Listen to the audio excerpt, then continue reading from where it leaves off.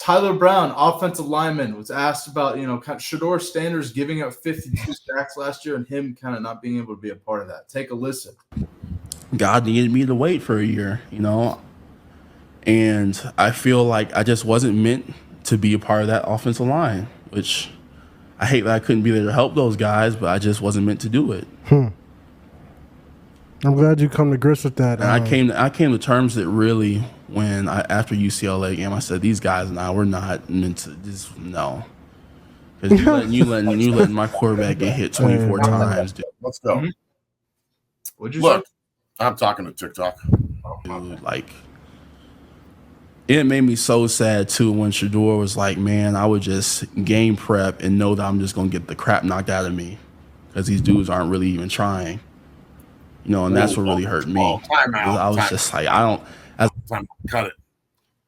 They're not trying. So Tank and Savion and Bailey and Vanwell, they weren't trying. They weren't in the right system. Mm-hmm. The offensive line coach, Bill O'Boyle, didn't change anything. He didn't force the change. He didn't go to say they weren't trying. That's wrong. But I do think that he's right in saying that he wasn't meant to be there last year because he's meant to be on this offensive line.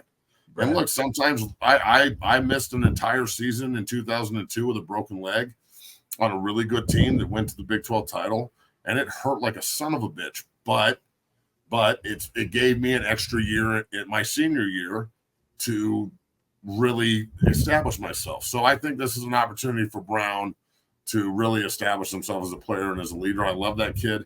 I don't like that comment, but I do love that kid. To say that they didn't care, that's horseshit. But he did get the shit kicked out of him. You can say they weren't any good, but to challenge a man's care, I mean, they were out there fucking playing and trying to make it work. It just didn't. Yeah, I hear you. And yeah, I mean, for him to not be out there and see that, and I think that ultimately people my age, their perspective when they're looking at coaching is a little bit different. I don't think they kind of see that. They kind of look at what is the kid doing, and that's kind of how they see it. I don't think they should kind of because that was ultimately his teammate. I don't think you throw them under the bus in that sense. You know what I'm saying? I think you kind of acknowledge the situation for what it is. It's a teachable moment too to train media and be like, look,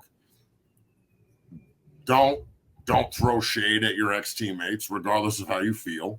Mm-hmm. Just move on, because now the conversation is about him throwing shade, not him taking a year off. Yeah, and he changed the narrative, not me. So yeah, I'm just saying, I to say that everybody didn't care, that is bold. Mm-hmm. To say they weren't any good, that is correct. They were dog shit. Yeah, I hear you, man. Man, before we finish this topic, here's Brown squatting over 600 pounds. I was impressed. I respect the depth of the squat, and this is very impressive. Look at him. He's shitting in the woods right there. Oh, he just dropped a load. That's fucking impressive. That's a 600-pound depth squat, dude. That is fucking – look, very, very, very he's going to be a huge part of this line and a great player for him. So, and he's heady, too. He's a smart fucking kid. So I really think it's going to be a good fit.